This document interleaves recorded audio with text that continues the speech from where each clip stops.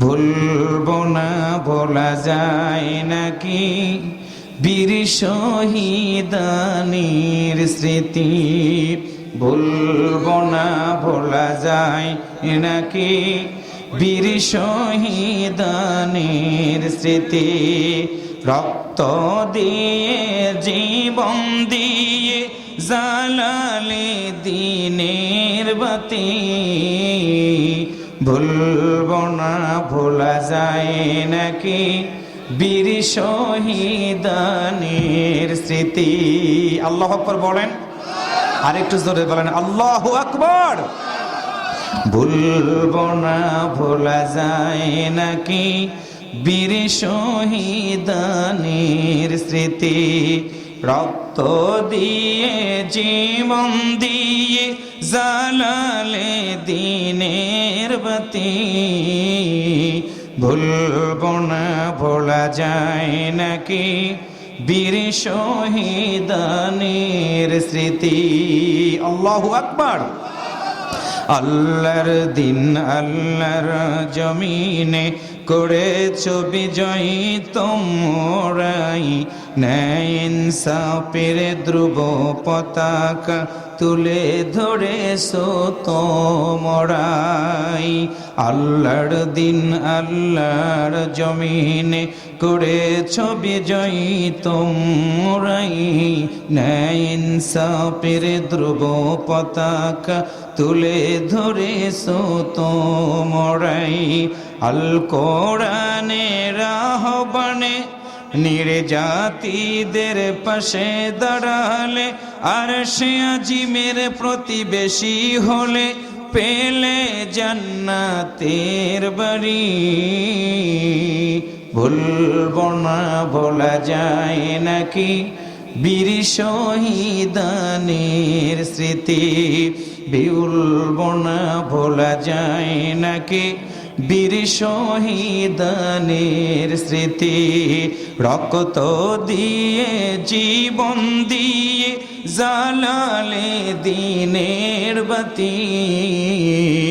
ভুলবো না ভোলা যায় নাকি বীর শহীদানির স্মৃতি। আল্লাহু আকবার। হানজালা বীর হামজা মুসআব বিন উমাইরের সাথে ঘোড়স কত ঈদ আনন্দে ফেরদাউসের কাননে। হানজালা বীর হামজা মুসআব বিন উমাইরের সাথে ঘুরছ কত ঈদ আনন্দে ফেরদাউসের কাননে। শাহাদাতের খুন রাঙ্গা পথে চলছি সদা চলব ছুটে। নেই ক্ষতির কোনো ভীতি আমাদের, হয়তো শহীদ নয় হব গাজী। ভুলবো না ভোলা যায় নাকি বীর শহীদানির স্মৃতি। ভুলবো না ভোলা যায় নাকি বীর শহীদানির স্মৃতি। রক্ত দিয়ে জীবন দিয়ে জ্বালালে দিনের বাতি। ভুলবো না ভোলা যায় নাকি বীর শহীদানির স্মৃতি। রক্ত দিয়ে ফাঁসি নিয়ে জ্বালালে দিনের বাতি। ভুলবো না ভোলা যায় নাকি বীর শহীদানির স্মৃতি। সত্য কথা যখনই বলবেন দেখবেন মিথ্যাবাদী যারা তখন সত্যবাদী লোকটার সাথে ভালো আচরণ করবে না। আমার ভাই চেয়ারম্যান, উপজেলায় যখন আইন শৃঙ্খলা বৈঠক হয় দেখবেন সব ইউনিয়নের চেয়ারম্যানরা সেখানে থাকেন। এরপর ইউনো মহোদয় থাকেন, পুলিশের ওসি মহোদয় থাকে।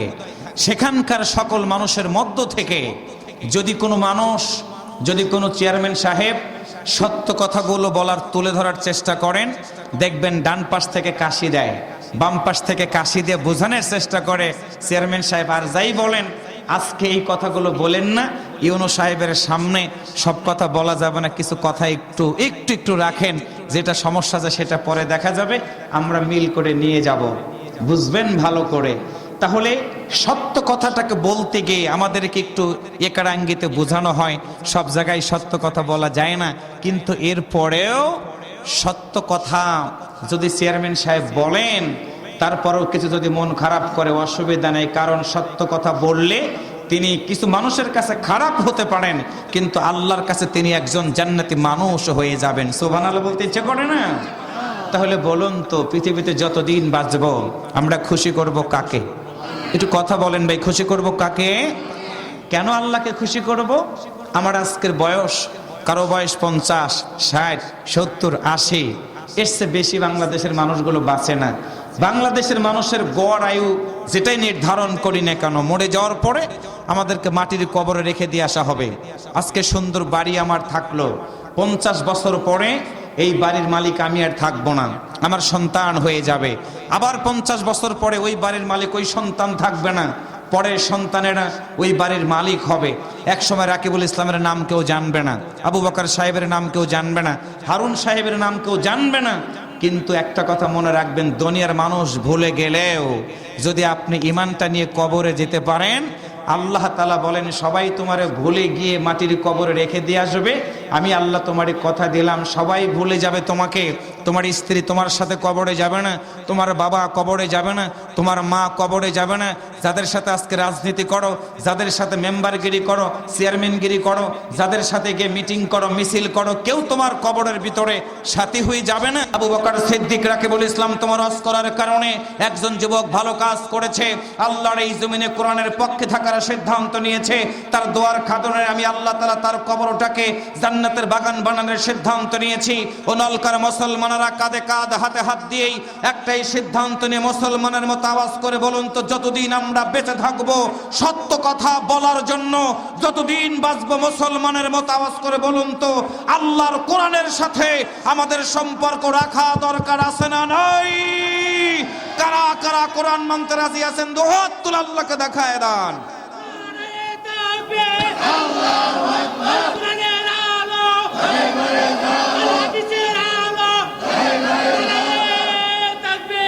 হাত নামান। এই যে আমরা হাতটা তুলে আল্লাহু আকবার বললাম, আল্লাহর কসম করে বললাম, এই হাত আমার জন্য সুপারিশ করে আল্লাহর জান্নাত আমাকে নিয়ে যাবে।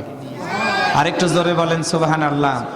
এই যে আপনারা ঠান্ডা মাটির উপরে বসে আছেন, এই পা আপনার জন্য সাক্ষ্য দিয়ে জান্নাতে যাওয়ার জন্য আপনার জন্য আল্লাহর দরবারে ফেরেশতাদের সাথে কথা কাটাকাটি করবে। আমার ভাইয়ের যদি কোনো আসামি এখান থেকে নিয়ে যাওয়া হয়, ভাই কিন্তু ফোন করে বলবে, আমি ইউনিয়ন পরিষদের চেয়ারম্যান, আমার গ্রামে পুলিশ আসলো, আমি জানলাম না, আমার গ্রামে কে চোর সেটা আমি জানি, সুতরাং আমার বিচার আমি আমার মহল্লাতে আমার পরিষদে বসে করব। ভাই যদি তার ভাইয়ের জন্য, ভাই যদি তার আত্মীয়র জন্য, ভাই যদি তার কর্মীর জন্য সুপারিশ করে কথা কাটাকাটি করতে পারে থানায়, ভাইয়ের জন্য আমার জন্য আল্লাহর কোরআন যদি কবরের ভিতরে ফেরেশতাদেরকে ডাক দেয়া বলে, শীতের ভিতরে নলকার অনেক মানুষ ঘুমিয়েছিল, কিছু সংখ্যক মানুষ ঠান্ডা মাটির উপরে বসে কোরআন শোনার সিদ্ধান্ত নিয়েছে, আমি কোরআন আল্লাহ তোমার কাছে তোমার এই বান্দার জন্য জান্নাত চাই, জান্নাত চাই, জান্নাত চাই।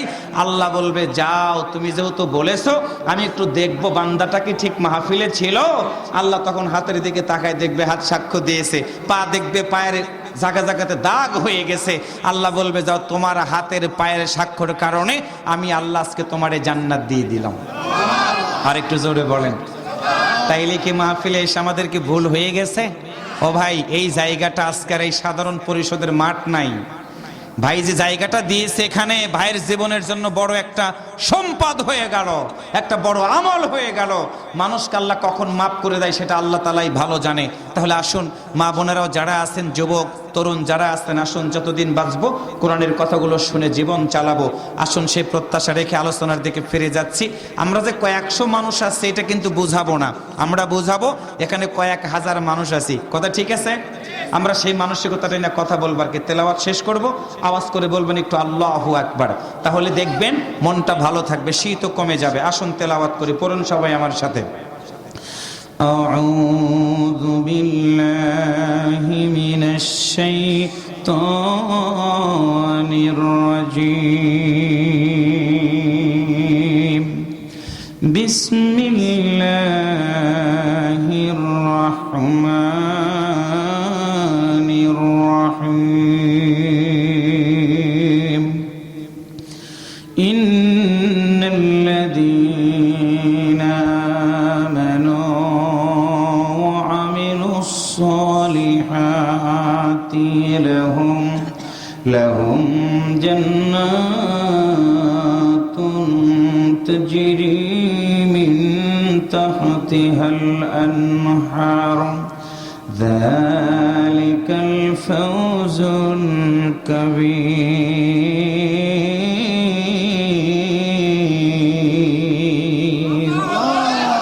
সম্মানিত নলকাবাসী বিশ্বনবী সাল্লাল্লাহু আলাইহি ওয়াসাল্লামের মক্কি জিন্দেগিতে সূরাটি নাজিল হয়। বুঝবেন ভালো করে, আজকে আমরা যারা এখানে এসেছে বসেছি, জীবনের শেষ মাহফিল আমাদের জীবনে হয়ে যেতে পারে। কারণ হলো কখন মনে হয় আজরাইল এসে আমাদের মানুষগুলোর ভিতর থেকে রূহটা বের করে নিয়ে যাবে। আল্লাহর বান্দারা সুন্দর মসজিদের ভিতরে একটা খাট আমরা রেখে দিয়ে এসেছি। মসজিদ থেকে যখন বের হবেন খাটের দিকে তাকায়া তাকায়া দেখবেন খাটের উপরে মনে হয় ধুলা পড়ে গেছে।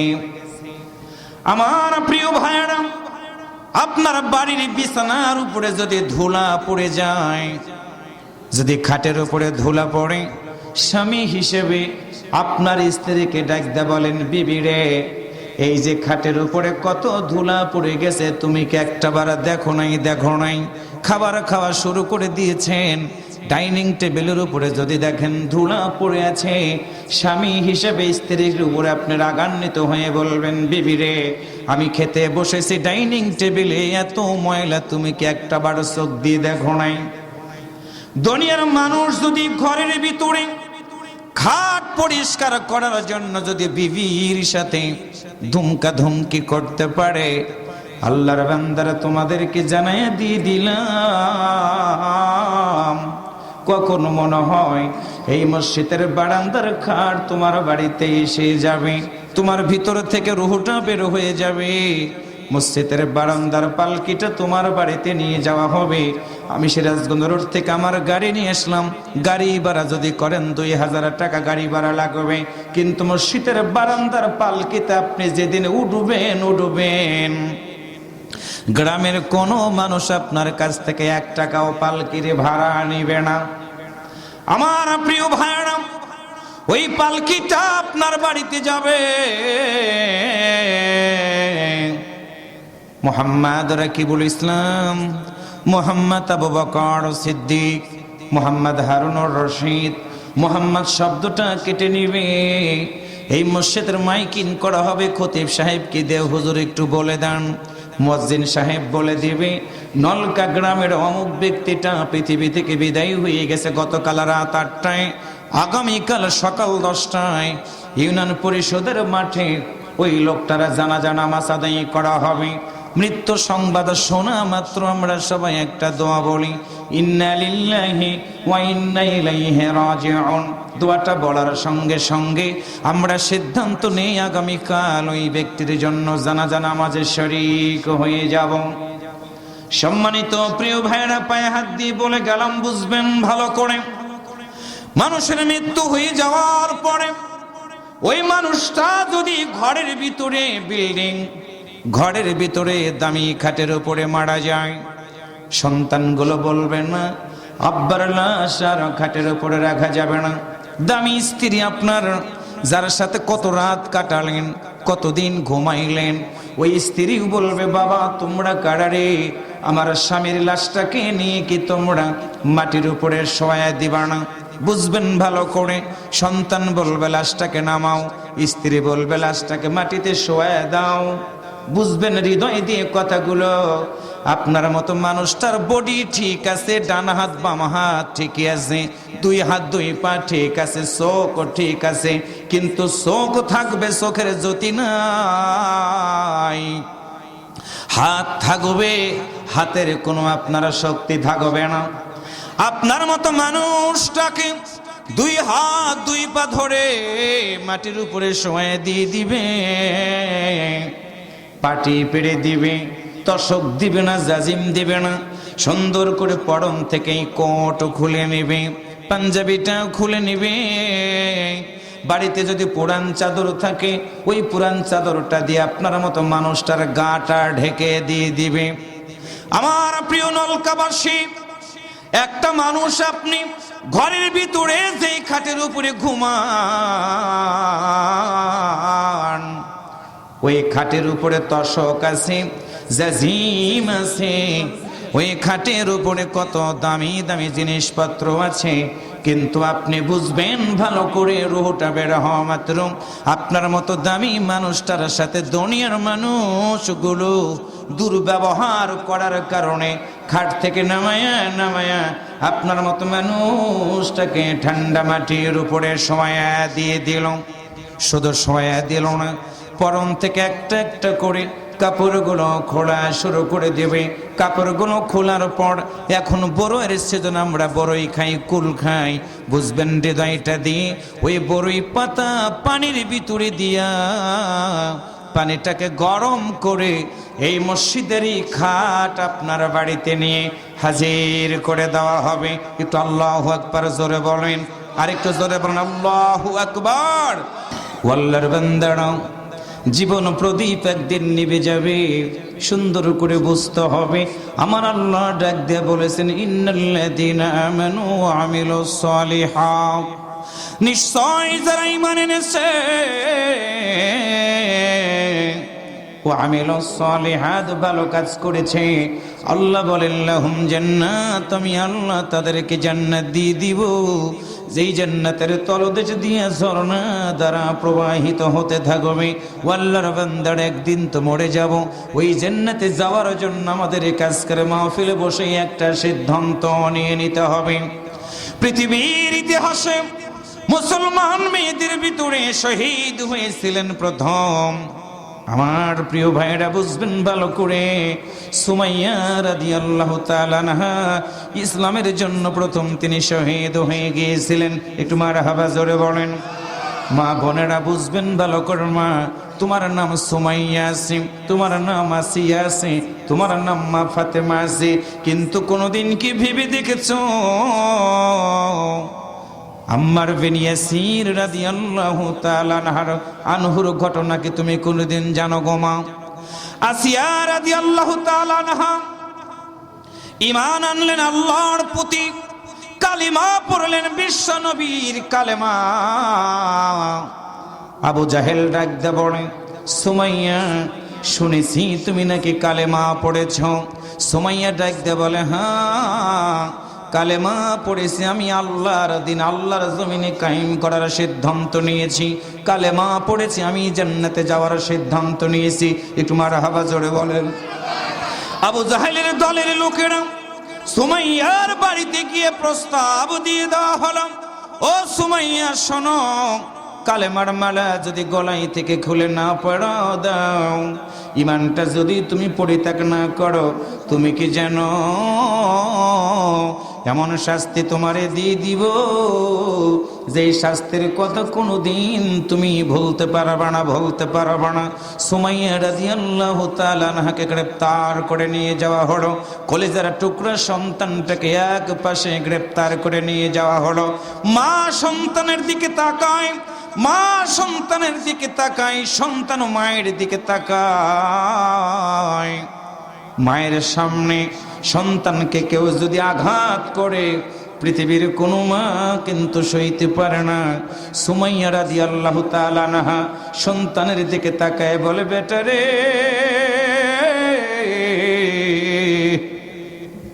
ইসলাম গ্রহণ করার কারণে আবু জাহেলের দলের লোকেরা আমাদের উপর অত্যাচার শুরু করে দিয়েছে, নির্যাতন শুরু করে দিয়েছে। বেটা, আমি তোমারে আল্লাহর কসম দিয়ে বললাম, ঈমান কোনোদিন তুমি পরিত্যাগ করবা না, পরিত্যাগ করবা না।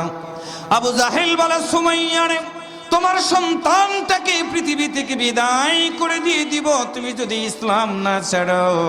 তুমি যদি ঈমান না ছাড়ো, তোমার সন্তানটাকে তোমার চোখের সামনে থেকে বিদায় করে দিয়ে দিব।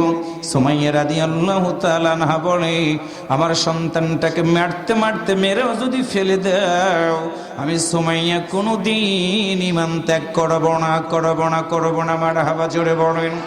আবু জাহেল রেগে গেল, সুমাইয়াকে দুইটা হাত দুই দিকে টান টান করে বেধা বাঁধা শুরু হয়ে গেল।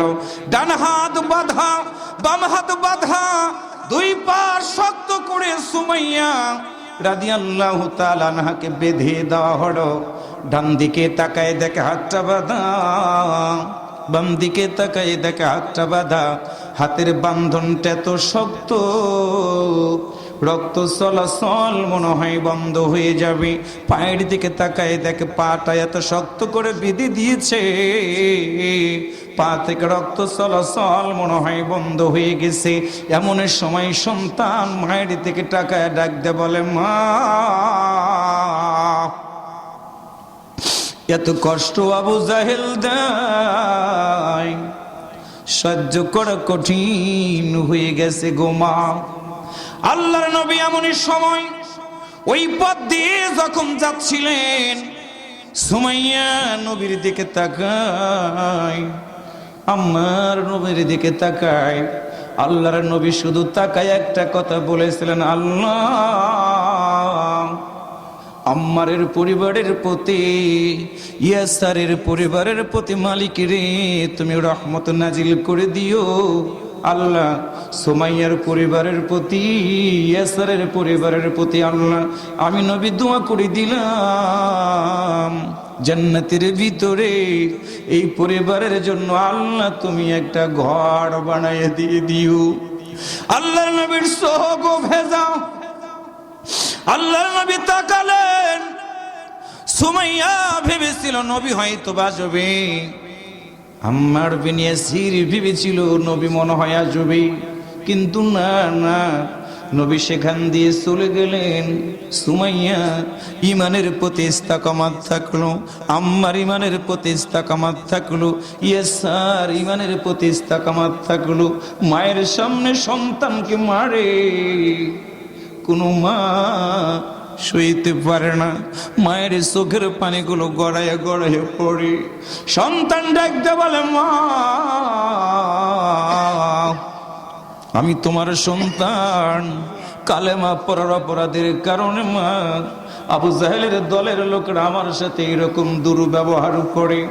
মা ডাকতে বলে, বেটা রে, তোমারে জানাই দিয়ে দিলাম, অপেক্ষা করু, দুনিয়ার কষ্টটা বাবা স্বীকার করে নিয়েছ। আমি তোমার মা হিসাবে বললাম, যতই তারা নির্যাতন করুক না কেন রে বেটা, ইমান ছাড়বা না। আল্লাহর নবী বলেছে, ইমান নিয়ে কেউ যদি মারা যায়, আল্লাহর জান্নাতের মেহমান তারা হয়ে যাবে, অপেক্ষা করো। সন্তান মায়ের দিকে তাকায়, মা সন্তানের দিকে তাকায়া চোখের পানি ছেড়ে দিয়ে কাঁদে। সুমাইয়ার কাছে আবু জাহেল এসে ডাক দেয়, বলো, সুমাইয়া রে, তোমার স্বামীকে মেরেছি, তোমার সন্তানকে মেরেছি, এখন তোমার শরীরে আঘাত করা শুরু করে দিয়েছি, বলো ইমান ছাড়বা না? ইমান নিয়ে তুমি মরে যেতে চাও? ইমান যদি রাখতে গিয়ে তোমার যদি জীবন চলে যায়, বলো তুমি ইমান রাখবা না এই পৃথিবীতে বাঁচতে চাও? একজন মেয়ে মানুষ সুমাইয়া আওয়াজ করে ডাক দেয়, বলে, আবু জাহেল রে, মরতে রাজি আছি, কিন্তু ইমান বিক্রি করতে রাজি না। আল্লাহু আকবার বলো। সম্মানিত নলকাবাসী, আবু জাহেল রেগে গেল।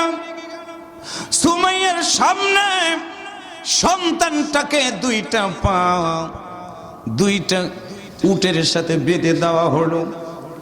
কিতাবের ভিতরে পড়লাম, দুইটা উটকে হাঁকায় দেওয়া হলো।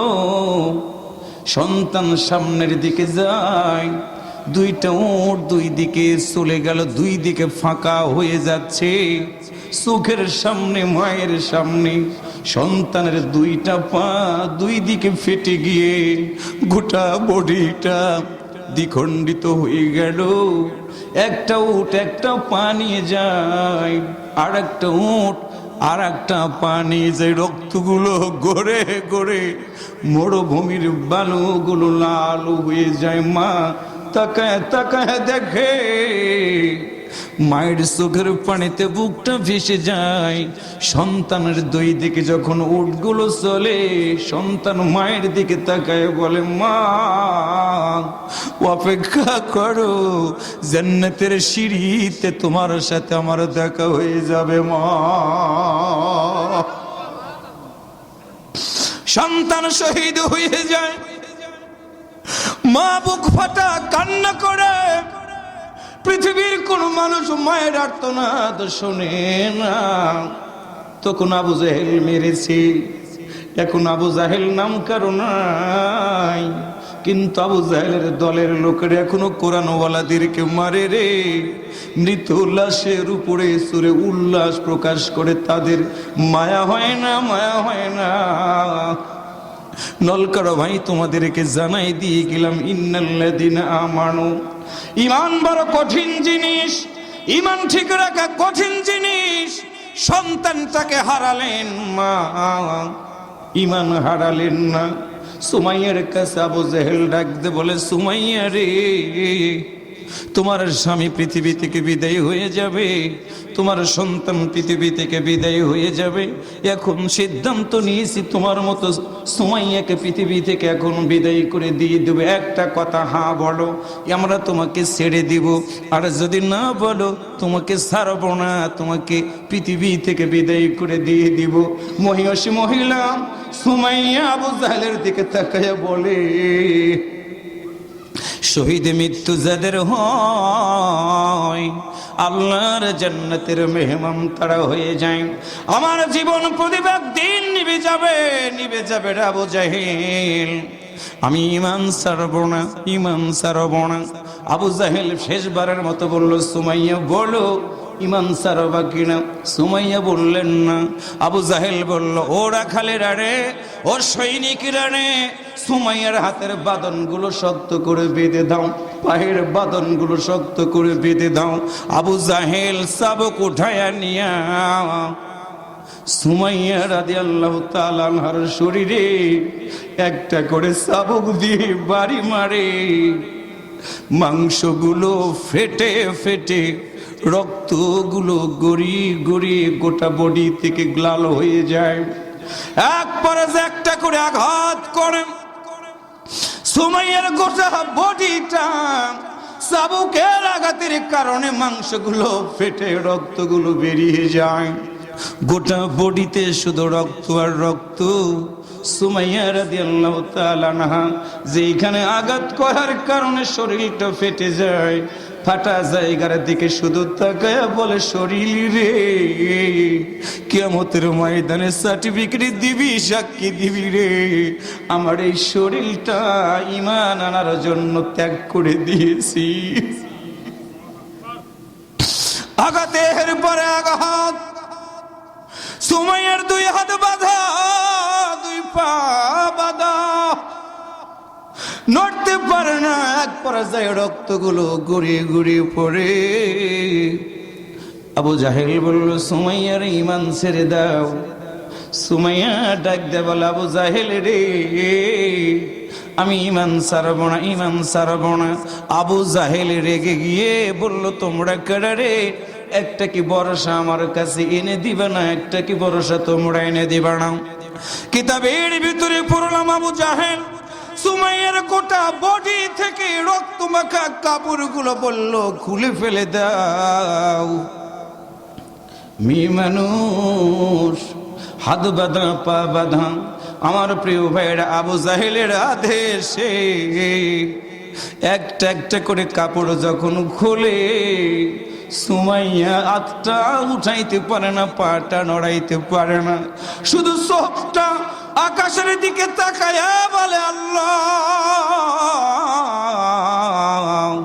ঈমানের কারণে আজকে আমার সতীত্বটা পর্যন্ত লোকেরা দেখতেছে, মালিক রে তুমি আমার সতীত্বটাকে একটু নিরাপত্তা দিবে না।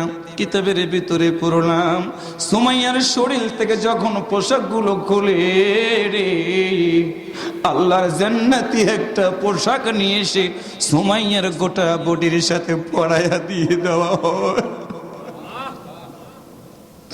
সুমাইয়ার গোটা বডি থেকে রক্তগুলো পড়ে, শরীরটা দুর্বল হয়ে গেছে, কথা বলতে পারে না। আবু জাহেল শেষবারের মতো বলল, আনো দেখি। আমি বলবো সুমাইয়া ঈমান ছেড়ে দাও। সুমাইয়াকে বলল, শেষ কথা তোমারে জানাই দিয়ে দিলাম, ইমাম যদি না ছাড়ো এখনই তোমার জীবন প্রদীপ আমি নিভিয়ে ফেলে দিব। সুমাইয়া চিৎকার করে বললেন, আবু জাহেলের শুনে নাও, আমার বডি থেকে রক্তগুলো গড়িয়ে গড়িয়ে পড়তেছে, প্রতিটা অঙ্গ প্রত্যঙ্গ আমার আল্লাহর কাছে সাক্ষ্য দিবে। আবু জাহেল তোমারে জানাই দিয়ে দিলাম, সন্তান চলে গেছে, স্বামী চলে গেছে রে, আমি সুমাইয়াও সেই পথেই যাব, কিন্তু ঈমান ছাড়ব না। আবু জাহেল রেগে গিয়ে একটা বর্ষা নিয়ে এসে সুমাইয়ার গোটা বডিতে কাপড় নাই, কাপড় নাই, বর্ষাটা হাতে নিয়া এত রেগে গেল আবু জাহেল নিজের হাতটা দিয়ে বর্ষাটা শক্ত করে ধরে সুমাইয়া রাদিয়াল্লাহু তাআলা আনহুর জড়ায়ু বরাবর এত জোরে আঘাত করে টান দিয়ে দিল। কিতাবের ভিতরে পড়লাম এক পাশ দিয়ে ঢুকে আর এক পাশ দিয়ে বর্ষাটা বেরিয়ে গেছে। সুমাইয়া রাদিয়াল্লাহু তাআলা আনহা একটা কথাই শুধু বলেছিল, আল্লাহ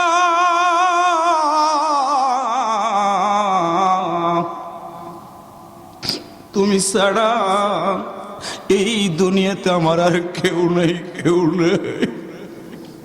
দুইটা বর্ণনা পেয়েছি। আর একটা ঘা যখন মেরে দেওয়ার পর সুমাইয়া রাদিয়াল্লাহু তাআলা আনহার আমার প্রিয় ভাইয়ের গুপ্তাঙ্গের ভিতরে বর্ষাটা মেরে দিয়েছে।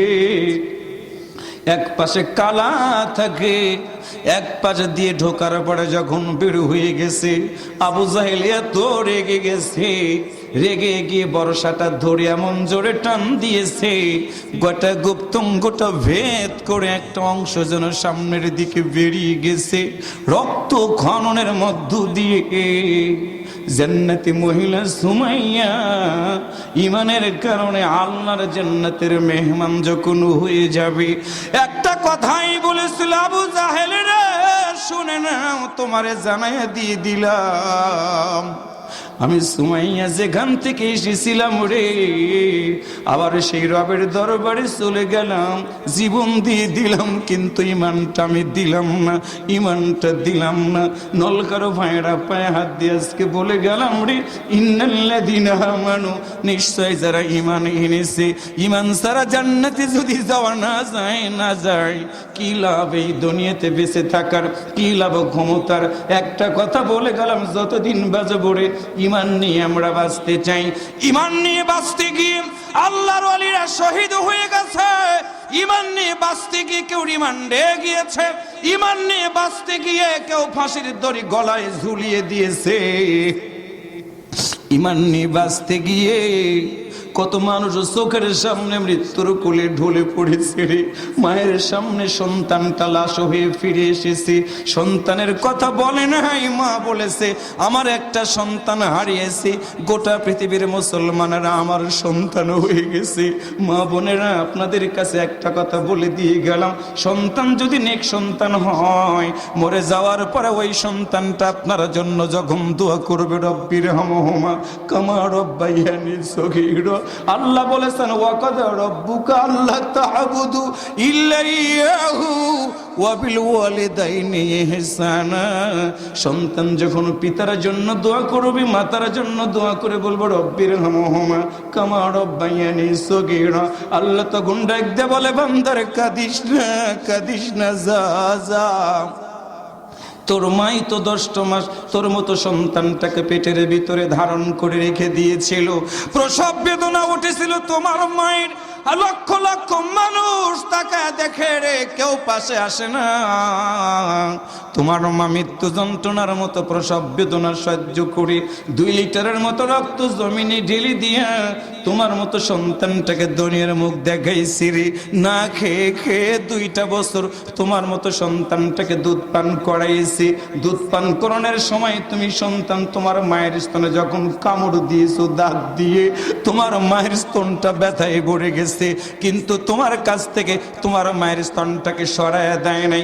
আজকে তোমার মা কবরে, বান্দারে তোমার মায়ের কথা মনে করে চোখ ভিজিয়ে ভিজিয়ে তুমি যখন দোয়া করতেছো, আমি আল্লাহ তোমারে বলে দিলাম লা তাকনা তুমি রহমাতিল্লাহ, বান্দারে নিরাশ হয়ে যেও না। তুমি যখনই বলেছো রব্বির হামহুমা কামা রব্বায়ানি সগীরা, তোমার মতো বান্দার চোখের পানি নাকের ডগায় আসার আগি রে আমি আল্লাহ তোমার মা বাবার কবরে আযাব মাফ করে দিয়েছি। ও আল্লাহর বান্দারা, এই জন্য আজকের মাহফিলে এসে আপনাদের কাছে একটা আয়াত নিয়ে এতগুলো কথা শুনিয়ে দিয়ে গেলাম রে ভাই। জীবন একদিন থাকবে না নামাজিকে বন্ধু বানাও, জীবন একদিন থাকবে না সত্যবাদীদের বন্ধু বানাও, জীবন একদিন থাকবে না আল্লাহর জমিনে যারা দিন কায়েম করতে চায় তাদের সাথে বন্ধু বানাও। দেখবা তুমি মরে যাওয়ার পরে তোমার এই মানুষগুলো তোমার জন্য নাম ধরে ধরে দোয়া করবে। আজকের এই মসজিদের উদ্যোগে মাহফিলে এসে শেষ কথা বলতে চাই, জান্নাতে যদি যেতে চাই ঈমান ঠিক রাখা লাগবে। আর ঈমান ঠিক রাখার জন্য 1 নম্বর কাজ হলো আকিমুস সালাত। ভাইরা নামাজ আদায় করবা, মা বোনেরা নামাজ আদায় করবা, বোনেরা নামাজ আদায় করবা, যুবকরা নামাজ আদায় করবা। যতদিন বাজবা সিদ্ধান্ত নেবা সন্ত্রাস জঙ্গিবাদ মাদকের সাথে জীবন চালাবা না। যতদিন বাজবা আল্লাহর জমিনে দিন কায়েমের জন্য সংগ্রাম করবা। সন্ত্রাস জঙ্গিবাদ মাদকের কাছে তোমরা মাথা নত করবা না। কারণটা হলো মরে যাওয়ার পরে আল্লাহর জান্নাতে যদি যেতে চাও, জবান খুলে বলো তো ঈমান যদি ঠিক রাখতে চাই, ঈমান ঠিক রাখতে গিয়ে জবান খুলে বলুন তো কোরআনের পক্ষে আমাদের থাকা দরকার আছে না নাই? কারা কারা কোরআন মানতে রাজি আছেন 2 হাত তুলে শেষবারের মতো আমার আল্লাহকে দেখায়া দেয়।